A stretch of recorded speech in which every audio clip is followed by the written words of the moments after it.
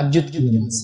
تو آئیے تہجد کی نماز کے تعلق سے کچھ باتیں سیکھتے ہیں تاکہ انشاءاللہ عزیز اپنے زندگیوں میں یہ عمل کو ہم داخل کرنے کی کوشش کریں، یاد رکھیے، تاکہ رات میں جب لوگ سو جاتے ہیں، لوگوں کے رشتے رب سے ٹوٹ جاتے ہیں، عام طور سے ذکر و اذکار لوگ چھوڑ دیتے ہیں، یا پھر لوگ لہو اور لعب جس کو یا لغویات میں رات میں جس کو کہیں گے فالتو وقت گما کے باتیں کرتے ہیں، یا رات میں لوگ جو برائی کی طرف مائل ہو جاتے ہیں، زنا، چوری، برائی ہے نا، اندھیرے میں ہے نا، اس طرح کے اعمال کرنے لگتے ہیں، تو اس وقت ایک بندہ مومن اٹھتا ہے، بستر سے اپنے آپ کو الگ کرتا ہے، ٹھیک ہے، بستر کے نرم پہلو کو چھوڑتا ہے اور اٹھ کر مشقت برداشت کرتا ہے، کبھی سردی کی مشقت برداشت کرتا ہے، کبھی گرمی کی مشقت برداشت کرتا ہے، کبھی پانی کے ٹھنڈے اور گرم ہونے کی مشقت کو برداشت کرتا ہے، کبھی جو ہے موسم کی وجہ سے کرتا ہے، کبھی صحت کے اعتبار سے کرتا ہے، لیکن وہ اپنے آپ کو منا لیتا ہے، اپنے رب کو راضی کرنے کے لیے اٹھ جاتا ہے اور اٹھ کر وضو کرتا ہے، وضو کر کے اچھے سے وضو کرنے کے بعد احسن طریقے سے، یاد رکھیے، وہ نماز کے لیے کھڑا ہوتا ہے اور اپنے رب سے رشتہ قائم کرتا ہے، اپنے رب سے تعلق قائم کرتا ہے، یاد رکھیے، اللہ کے سامنے عاجزی کرتا ہے، انکساری کرتا ہے، استغفار کرتا ہے، دعائیں کرتا ہے، نماز سے ہٹ کر تلاوت قرآن کرتا ہے، تو رب العزت اس چیز کو بے حد بے حد بے حد پسند کرتا ہے۔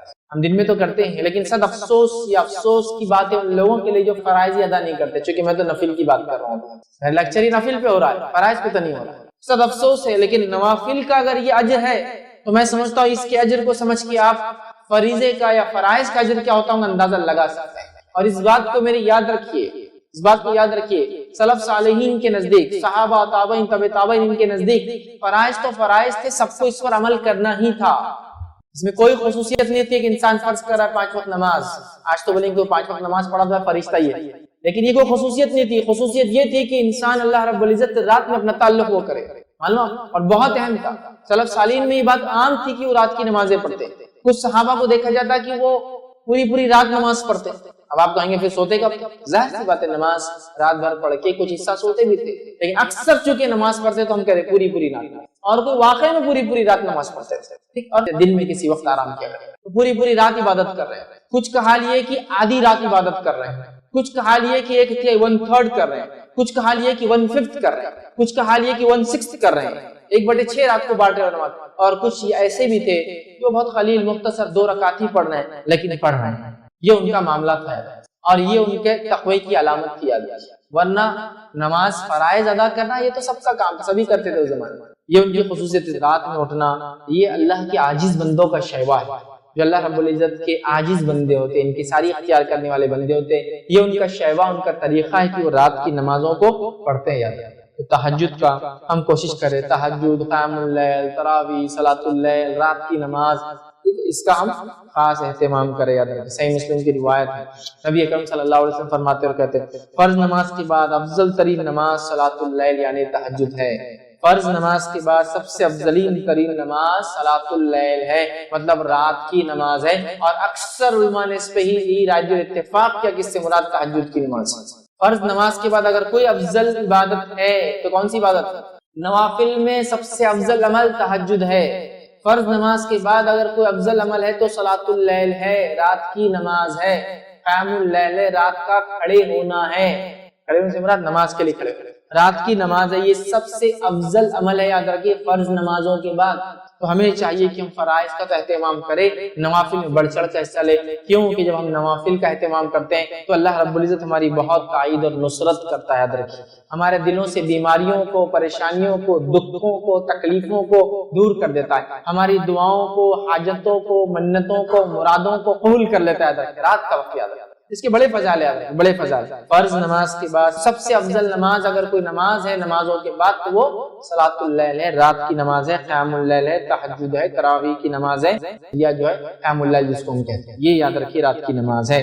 اسی طرح جو ہے یاد رکھیے، نبی اکرم صلی اللہ علیہ وسلم خود کی اگر ہم مثال لے لیں تو نبی اکرم صلی اللہ علیہ وسلم کی عادت مبارکہ تھی کہ آپ فرائض کے علاوہ اتنا نفل پڑھتے، خاص طور سے رات میں، کہ روایت کے اندر آتا ہے، بخاری کی روایت ہے، آپ رات کو اتنا طویل قیام کرتے، اتنے لمبے قیام کرتے تھے کہ نبی اکرم صلی اللہ علیہ وسلم کے قدم مبارک سوج جاتے تھے، ایسے سوج جاتے تھے جیسے اب ہٹ جائیں گے، اس کو بولتے ہیں اردو ورم آ جانا، سوج جانا، سمجھ رہے ہیں؟ سوجن سمجھتے نا، باڈی پھول جاتی ہے، ایکسس کام کرنے سے زیادہ، جب ماس پیشیاں جس کو کہتے ہیں مسلز جو ہوتے ہیں انسانی باڈی میں، جب وہ کسی چیز کا اوور لوڈ ہوتے ہیں، وزن اٹھا لیتے ہیں تو سوج جاتا ہے، سویلنگس آ جاتی ہے. سمجھ رہے ہیں بات؟ اگر کسی نے کثرت کی ایکسرسائز اور زیادہ کر لی اس کی طاقت سے تو اس کی باڈی سوج جاتی ہے. نبی اکرم صلی اللہ علیہ وسلم اتنا کثرت سے قیام کرتے راتوں میں کہ اس قیام کی وجہ سے، اس کھڑے ہونے کی وجہ سے آپ کے قدم مبارک جو ہے سوج جایا کرتے تھے، سویل ہو جاتے تھے. سمجھ رہے آپ کہ ایسے سوج جاتے تھے کہ روایت میں الفاظ آتا ہے، اس کا ترجمہ علماء کرتے ہیں پھٹ جانے کو ہے. سمجھ اتنا آپ راتوں میں قیام. اور ایک مرتبہ آپ کی ایک زوجہ نے پوچھ لیا، آپ کی ایک بیوی نے پوچھ لیا، اے اللہ کے رسول صلی اللہ علیہ وسلم آپ اتنی عبادت کرتے حالانکہ آپ تو بخشے بخشائے، آپ کے تو معاملات جو بخشے بخشائے آپ، پھر کیوں کرتے ہیں؟ تو کہا کیا میں اللہ کا شکر گزار بندہ نہ بنوں؟ نبی اکرم صلی اللہ علیہ وسلم بخشے بخشائے تو شکر گزار بندہ بننے کے لیے یہ کام کر رہے ہیں.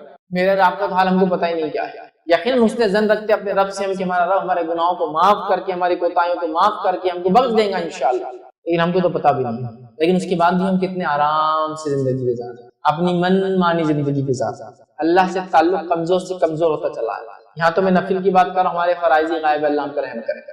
یہاں تو رات میں اٹھنے کی بات کر رہا ہوں، فجر نہیں ہوئی تو پھر رات میں اٹھنے کا کیا معاملہ؟ سمجھ رہے ہیں کتنا اہم ہے، یاد رکھیے. تو یہ نمازوں کا ہم خاص اہتمام کریں. نبی اکرم صلی اللہ علیہ وسلم بخشے بخشائے ہونے کے باوجود بھی اتنا پڑھتے کہ پیروں میں سجن آ جاتی، سوج جاتے، پیر موٹے ہو جاتے کہ آپ کی زوجہ پوچھ رہی ہے کہ آپ تو بخشے بخشائے پھر کیوں اتنی نماز پڑھتے ہیں؟ آپ فرما رہے کیا میں اللہ کے شکر گزار بندہ نہ بنوں؟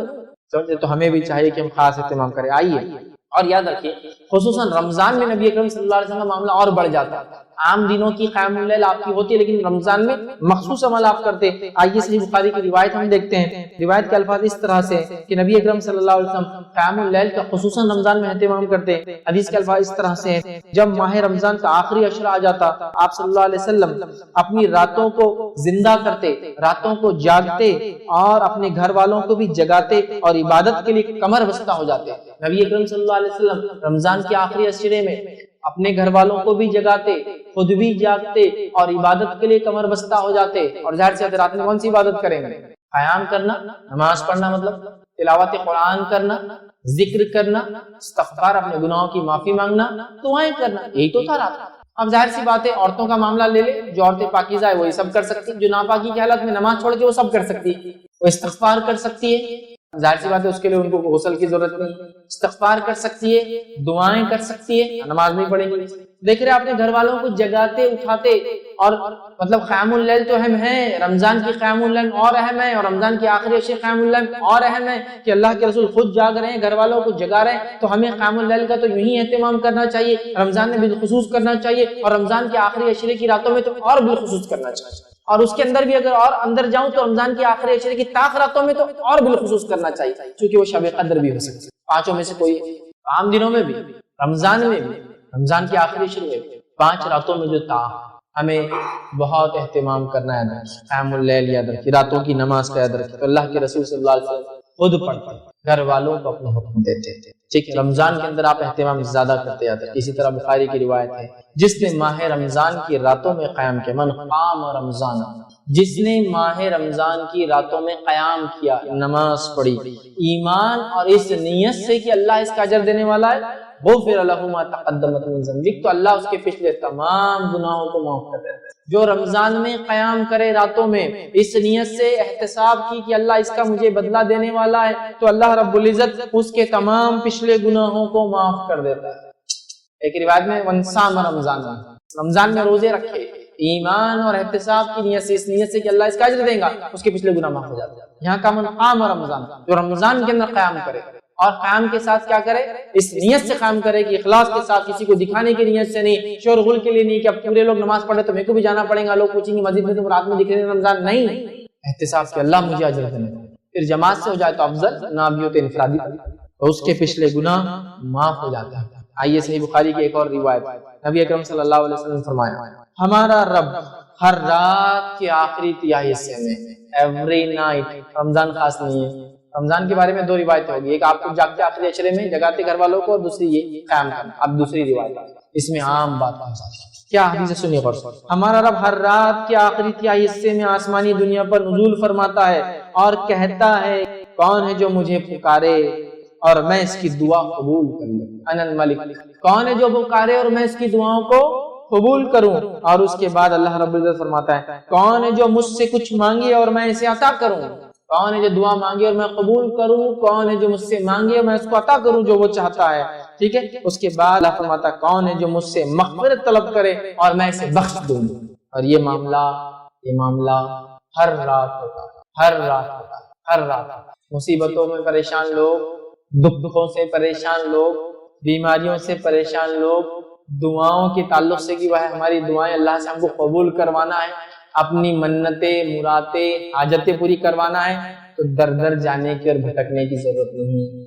یہ وہ وقت ہے، یہ وہ ٹائم ہے، یہ وہ سمے ہے جس گھڑی اور سمے میں اگر اٹھ جاؤں گے تو اللہ رب العزت ندا اور آواز لگائی جاتی ہے کوئی مانگنے والا میں دینے بیٹھا ہوں، ہے کوئی مجھ سے مانگنے والا میں دعائیں قبول کرنے بیٹھا ہوں، ہے کوئی کچھ مانگنے والا میں اس کو عطا کرنے بیٹھا ہوں. اور اللہ فرماتا ہے کوئی مغفرت طلب کرنے والا، چلو دنیا کچھ نہیں آخرت کا، تو میں وہ بھی دینے بیٹھا. اور یہ سلسلہ ہر رات کے تیسرے پہر آخری پہر ہوتا ہے. اور یہ کب ہوتا ہے معلوم آپ کو؟ اس کو بولتے ہیں سحر کا وقت. اگر آپ کو کچھ نہیں سمجھتا تو سحر کا وقت مطلب سحر کے خاتمے سے پہلے کا وقت. رمضان کے اندر سحر کا خاتمہ اتنے بجے، اس سے پہلے کا وقت یہ رات کا تیسرا حصہ ہوتا ہے. عام طور سے ہم اس وقت میں سحر کرتے ہیں، اس لیے میں سحر کا وقت کہتا ہوں. ورنہ رات کا تیسرا پہر مطلب فجر سے پہلے کا ٹائم، فجر ہونے سے پہلے کا ٹائم.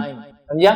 تو اس وقت اللہ تعالیٰ آواز لگاتا ہے کوئی ہے دعا مانگنے والا میں دعا قبول کرنے بیٹھا ہوں، کوئی ہے چیز جو مانگنا چاہتا ہے میں اس کو عطا کرنے بیٹھا ہوں، کوئی ہے مغفرت طلب کرنے والا میں اس کی مغفرت کرنے کے لیے تیار. اور یہ سلسلہ ہر رات ہوتا ہے، یہ رمضان کے لیے خاص نہیں ہے. رمضان میں تو اس کا معاملہ فضیلت اور بڑھ جائیں گے، اور رمضان کے آخری عشرے میں اور بڑھ جائیں گے، اور رمضان کی تو آخر راتوں میں تو سبحان اللہ بڑھ جائیں گے، کیونکہ ویسے ہی وہ گھڑیاں وہ راتیں مبارک ہیں.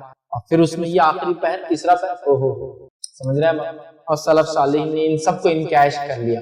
وہ ایسی جگہ پہ انویسٹ کرنے کی عادت ہے جہاں ان کو ریٹرنز کی بالکل پوری امید تھی اور بہت زیادہ ریٹرنز کی امید تھی، اور وہ کرتے تھے زیادہ. جیسے ہمارے پاس ہوتا ہے نا چتر چالاک، کیا کر رہا ہے چتر چالاکی اس کی کمائی آ رہی ہے تو کمائی کو نہیں خرچ کرتا ہے، کمائی کو کہیں اور انویسٹ کر کے انویسٹمنٹ کے ریٹرن سے خرچ کرتا ہے. تو آپ بولتے دیکھو کمائی لیتا ہے، کمائی کو انویسٹ کرتا ہے، وہ الگ اس کا جمع ہو رہا پھر اس سے ریٹرن سے وہ کرتا ہے. اس آدمی کو چتر بولتے ہیں. ہاں ٹھیک ہے، جو کما کے خرچ کر رہا ہے وہ بھی ٹھیک ہے، لیکن ایک آدمی کماتا ہے، کمانے کا آدھا حصہ انویسٹ کرتا ہے، انویسٹمنٹ کا ریٹرن بھی کمائی واپس چلتا ہے، وہ کیا کر رہا ہے ایک طرح سے ایسٹس ڈیولپ کر رہا ہے. آپ بولتے بڑا چتر چالاک ہے یار، کیا دنیا بنا لیا، انکم آتی تھی میں نے پورا خرچ کر دیا، اس نے انویسٹ کیا کہیں تو بھی کام کے علاوہ بزنس بھی کرتا تھا، بزنس کا بھی ریٹرن آج دیکھو ریٹائرمنٹ کے بعد بھی وظیفہ بھی چالو ہے، یہ بھی ہے، بچے بھی کھلا ہوا ہے. چتر چالاک ہوشیار. تو صحابہ ایسے ہی چتر چالاک ہوشیار تھے آخرت کے معنی میں. سلف صالحین کا طرز یہی تھا کہ بہت چتر چالاک تھے، اپنے انویسٹمنٹ بہت دیکھ بھال کی انہوں نے آخرت کے تحت بہت زیادہ اہتمام کرتے تھے راتوں میں، بہت زیادہ، اسی کو امتحان دیا.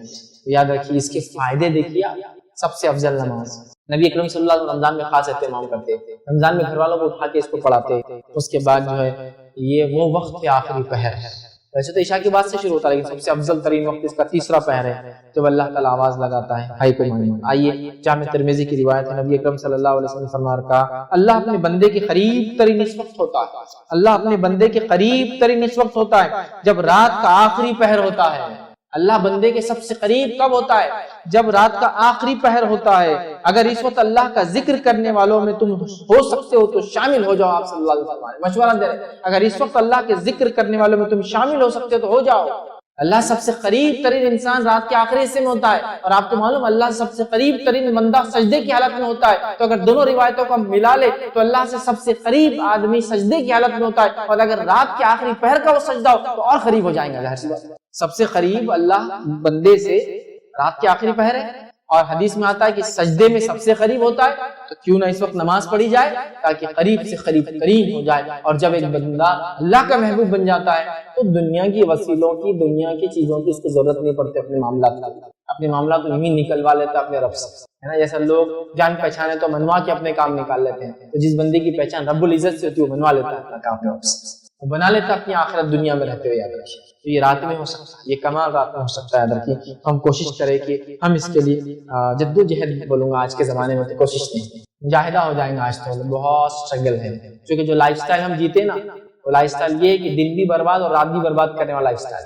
دن برباد فالتو کاموں میں، رات برباد فالتو کاموں میں، دونوں برباد ہوتی ہے. راتوں میں دیر تک جاگنا اور پھر آدھی رات گئے تیسرے پہر کو سونا، تیسرے پہر سے سونا تو سورج چڑھنے تک سوتے رہنا، تو تب جا کے ہمارا معاملہ ہوتا ہے۔ یاد رکھیے اس اصول کو، یاد رکھیے جو قومیں سورج کو اٹھاتی ہے دنیا میں کارنامے انجام دیتی ہے، اور جن کو سورج اٹھاتا ہے وہ کچھ نہیں کر پاتی ہے۔ مطلب جو قومیں سورج نکلنے سے پہلے اٹھ جاتی ہے دنیا میں کچھ کر جاتی ہے، اور جن کو سورج نکلنے کے بعد اٹھاتا ہے تو وہ کچھ زیادہ نہیں کر پاتا۔ سمجھ رہے بات کو؟ تو بہرحال ہم لوگ تو سب برباد کر رہے ہیں، اس کا ہم کو مجاہدہ کرنا ہے، کوشش کرنا اور یہ عمل کرنا ہے۔ آئیے صحیح مسلم کی روایت ہے، نبی اکرم صلی اللہ علیہ وسلم فرماتے کہتے رات میں ایک گھڑی ایسی آتی ہے، رات میں ایک گھڑی ایسی آتی ہے کہ اس میں کوئی مسلم بندہ اللہ تعالیٰ سے جو کچھ مانگتا ہے اللہ تعالیٰ اسے دے دیتا ہے۔ رات میں ایک گھڑی ایسی آتی ہے کہ اس میں ایک مسلمان بندہ جو کچھ اپنے رب سے مانگتا ہے اللہ اسے دے دیتا ہے، ٹھیک دے دیتا ہے۔ اور یہ گھڑی ہر رات میں آتی رہتی ہے، یہ کوئی سال میں ایک دن مخصوص شب قدر وغیرہ نہیں، یا پھر ذی الحجہ کے پہلے 10 دن نہیں، یا پھر حرمت والے مہینوں میں نہیں، یہ ہر رات یہ مسئلہ ہوتا ہے، ہر رات یہ ایسا ہوتا ہے کہ ایک گھڑی آتی ہے اور اس میں بندہ مسلمان کوئی چیز مانگے، ظاہر سی بات ہے میں یہ روایت رکھ رہا ہوں کہ انسان نماز پڑھے اور پھر مانگے تو کیا دوبالا ہو جاتا ہے۔ نیکی کے ساتھ کوئی چیز مانگنا، نیکی کے ساتھ اعمال قبول کرنے کے اللہ سے دعا کرنا، نیکی کے ساتھ اللہ سے مغفرت کی طلب کرنا، اللہ قبول کرتا ہے، خوش ہوتا ہے۔ لیکن یہاں تو وہ بندہ یا وہ بندی بھی اللہ کی، جیسے کہ عورتیں سوال کرتی بس پاکیزگی کی حالت میں نہیں ہے، تو یہاں تو مانگنے کے لفظ یہ نہیں کہ نماز پڑھ کر مانگے، نماز پڑھ کے مانگنے والے کے لیے تو اور افضل ہوا، لیکن ویسے بھی مانگ سکتا ہے ایک بندہ، لیکن وہ گھڑی کب آتی ہے ہم نہیں جانتے۔ تو جو لوگ پریشان ہیں، در در گھوم رہے ہیں، مہینوں اور سالوں اپنی زندگیاں برباد کر رہے، راتوں میں جاگو نا اور منواؤ اپنے رب کو، کر لو اپنی دعائیں، کرا لو اپنی دعائیں قبول۔ اتنی باتیں آ رہی کہ رات میں ایک گھڑی ایسی آتی ہے جس گھڑی میں ایک مسلمان جو دعا کرتا ہے، جو مانگتا ہے اللہ تعالیٰ اس کو عطا کر دیتا ہے، اور یہ گھڑی ہر رات آتی ہے۔ یہ گھڑی کوئی معاملہ خاص نہیں ہے، سارا سال ہوتا ہے۔ تو کہاں ڈھونڈ رہے ہیں؟ کدھر پریشان ہیں؟ کس سے مانگ رہے ہیں؟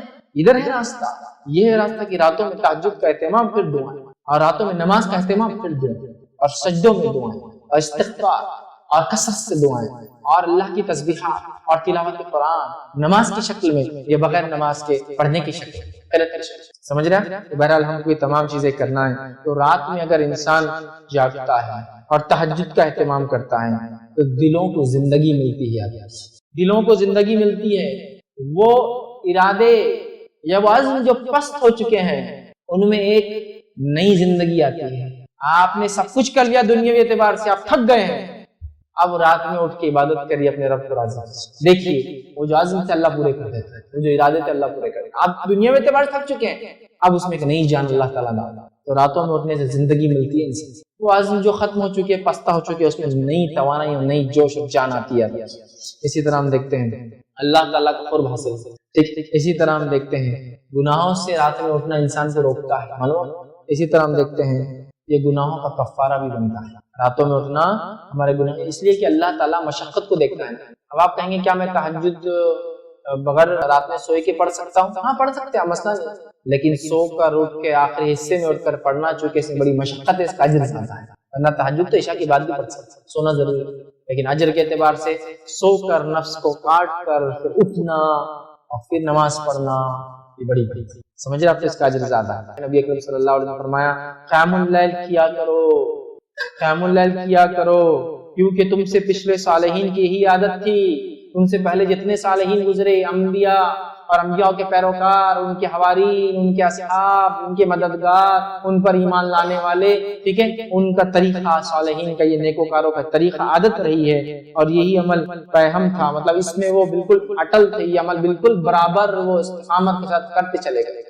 ہم سے پچھلے لوگوں کی عادت تھی نیک لوگوں کی، اور ہمیں بھی اپنے سے پچھلوں کے نیک طریقے پر اور اچھی عادتوں پر چلنا ہے، اور پچھلی قوموں نے جو غلطیاں کی اس سے بچنا ہے، یاد رکھیں، ہے نا؟ دعائیں بھی کرتے تو غیر المغضوب علیہم ہم بولتے نا، صراط الذین انعمت علیہم، اس راہ پہ چلا جن پہ تیرا انعام ہوا، یہ انعام والے لوگوں کا طریقہ تھا رات میں اٹھنا، غیر المغضوب اور وہ پچھلے لوگوں نے جس پہ غضب ان میں مت ہمیں شمار کر، ولا الضالین جو بھٹک گئے، دعائیں کرتے ہیں، تو پچھلے لوگوں کا طریقہ، نیک لوگوں کا جن پہ انعام ہوا وہ راتوں کو اٹھا، تو یہ عاجز بندوں کا شیوا اور طریقہ اللہ کے نیک بندوں کا شیوا ہے کہ اٹھتے، جامع ترمذی کی بہر روایت تھی۔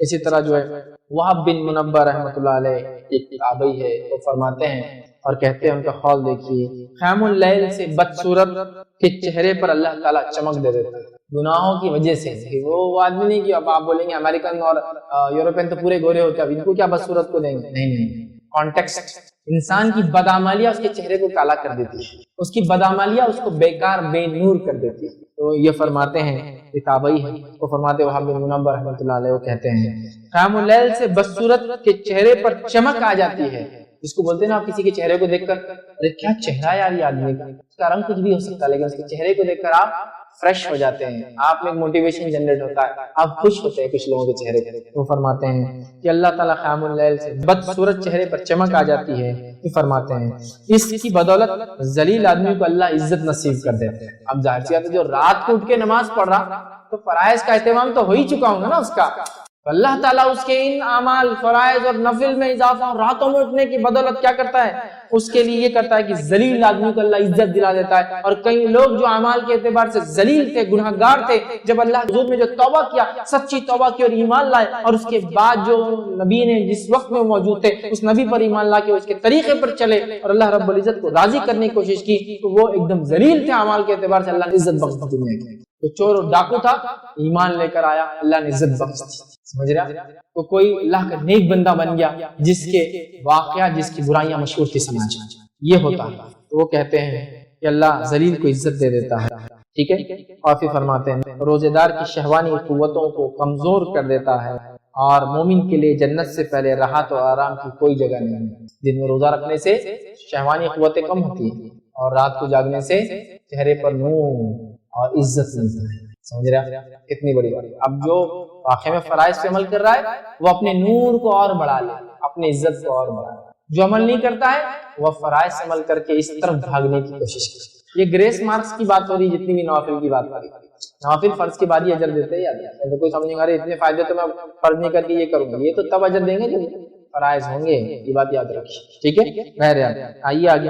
عبداللہ ابن عباس رضی اللہ عنہ فرماتے ہیں، ان کا قول ہے، فرماتے ہیں جو شخص یہ چاہتا ہے کہ اللہ تعالیٰ اس کے لیے قیامت کا طویل قیام آسان کر دے، جو شخص یہ چاہتا ہے کہ اللہ تعالیٰ قیامت کا طویل قیام اس کے لیے آسان کر دے، اسے چاہیے کہ وہ اپنے آپ کو راتوں کی تاریکی میں سجدے اور قیام کی حالت میں اللہ کے سامنے حاضر کرے۔ قیامت کا قیام بہت لمبا ہے، 50-50 ہزار سال کا ایک دن، حساب و کتاب لوگوں کے ہوں گے نہیں شروع، پسینے کا یہ عالم ہوا کہ لوگ اپنے گناہوں کے اعتبار سے پسینے میں ڈوبے ہیں، ٹکنے گھٹنے ناکوں تک ڈوبے ہیں، معلوم یہ حال اس وقت قیام ہے لمبا۔ وہ کہہ رہے ہیں جو طویل قیام سے اپنے آپ کو بچانا چاہتا ہے آخرت میں، اسے چاہیے کہ رات کی تاریکی میں سجدے اور قیام کی حالت میں اللہ کے سامنے پیش کرے اپنے آپ کو، اور اس کے دل میں قیامت کے دن کا ڈر اور رحمت الہی کی امید ہے۔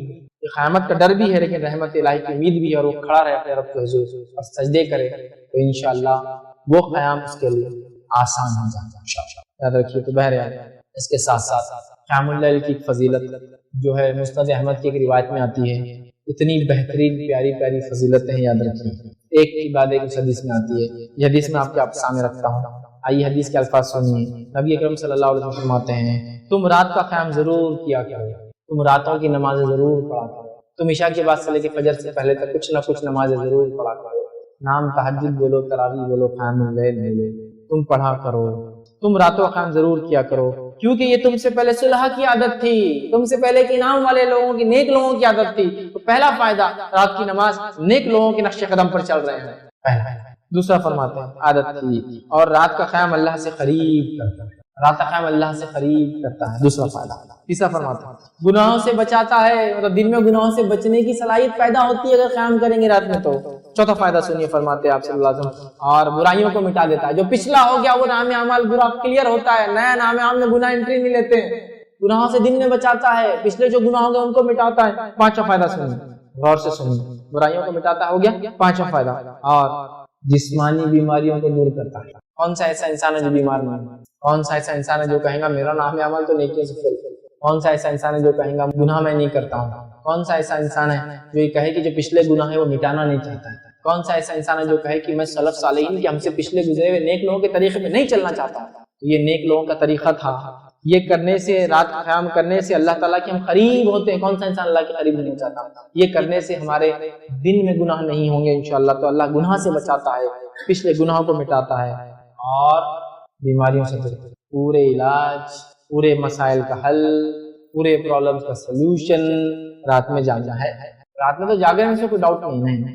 یہ طریقے جو صلح نیک لوگ کرتے تھے، قیام، تلاوت قرآن، استغفار، ذکر و اذکار، دعائیں، نماز لمبی لمبی، ٹھیک، یہ سب کر کے ہم کو راتوں کو جاگنا ہے. اپنے رجگنی جو ہم نے بنا لی، یاد رکھیے یہ بڑی اہم بات ہے، یاد رکھیے. اور اللہ رب العزت جو ہے قرآن میں فرماتا ہے اور کہتا ہے امن ہوا قانت آناء اللیل ساجدا وقائما یحذر الآخرۃ ویرجو رحمت ربہ قل هل يستوی الذین یعلمون والذین لا یعلمون. اللہ فرماتا ہے بھلا جو شخص راتوں کے اوقات سجدوں اور قیام کی حالت میں گرتا ہو، آخرت سے ڈرتا ہو اور اپنے رب کی رحمت کی امید رکھتا ہو. بھلا جو شخص، اللہ فرماتا ہے، راتوں کے اوقات میں سجدے کرتا ہو اور قیام کی حالت میں جو ہے گزارتا ہو اور آخرت کے ڈر اور اس کی بھلائی، جو شخص راتوں کے اوقات میں سجدے اور قیام کی حالت میں گرتا ہو،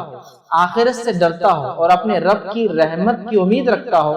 آگے اللہ فرماتا ہے بتاؤ بھلا علم والے اور بے علم کیا برابر ہو سکتے ہیں؟ مطلب اللہ تعالیٰ نے رات میں جو سجدے کرتا ہے، قیام کرتا ہے، اس کو کمپیر کر کہا کہ کیا وہ لوگ جو علم رکھتے ہیں اور جو علم نہیں رکھتے وہ برابر ہو سکتے ہیں؟ تو یہاں دیکھیے خاص طور سے اللہ فرماتا ہے رحمت کی امید رکھتا ہو، ٹھیک ہے، اور وہ سجدے اور قیام کرتا ہے، اور خاص طور سے لیل میں، رات میں. تو رات میں جو قیام کرتا ہے، رات میں جو سجود کرتا ہے، تو اللہ فرما رہا ہے کہ وہ لوگ ہیں جو آخرت کو سمجھتے ہیں، علم رکھتے ہیں. تو کیا وہ لوگ جو علم رکھتے ہیں اور علم نہیں رکھتے، کیا دونوں برابر ہو سکتے ہیں؟ تو ہمیں یہ عادت ڈالنا چاہیے راتوں میں قیام کی، یاد رکھیے. اور راتوں کو ہم طویل لمبا قیام کرنے کی کوشش کریں، اللہ کا تقوی اختیار کرے، یاد رکھے. راتوں کو کم آرام کرنے کی کوشش کرے، اور جو ہے صحت کے وقت خاص طور سے اللہ تعالیٰ سے مغفرت طلب کرے. کیوں؟ اس لیے کہ اللہ رب العزت نے سورہ زاریہ سورہ نمبر 51 آیت 18 اور اسی طرح سورہ آل عمران میں ایک جگہ فرمایا اور کہا وبالاسحار هم یستغفرون. مومنوں کی صفت ایک یہ ہے کہ وہ سحر کے وقت میں استغفار کرتے ہیں. کیا فرمایا اللہ نے؟ وبالاسحار هم یستغفرون. وہ لوگ سحر کے وقت استغفار کرتے، چونکہ اسی آخری پہرے رات کا اور سب سے افضل گھڑی ہے. اللہ رب العزت نچلے آسمان پہ ہوتا ہے اور بندہ اللہ سب سے قریب ہوتا ہے، اور روز آواز لگائی تو کوئی مانگنے والا اور کوئی ہے مغفرت طلب کرنے والا، میں مغفرت دوں. تو جو ہے استغفار کا وقت ہے، یاد رکھیے. تو ہمیں چاہیے ہم کوشش کریں کہ اللہ تعالیٰ سے راتوں میں اٹھ کر خوب جو ہے توبہ کرے اور خوب ہم جو ہے استغفار کرے، یاد رکھیں.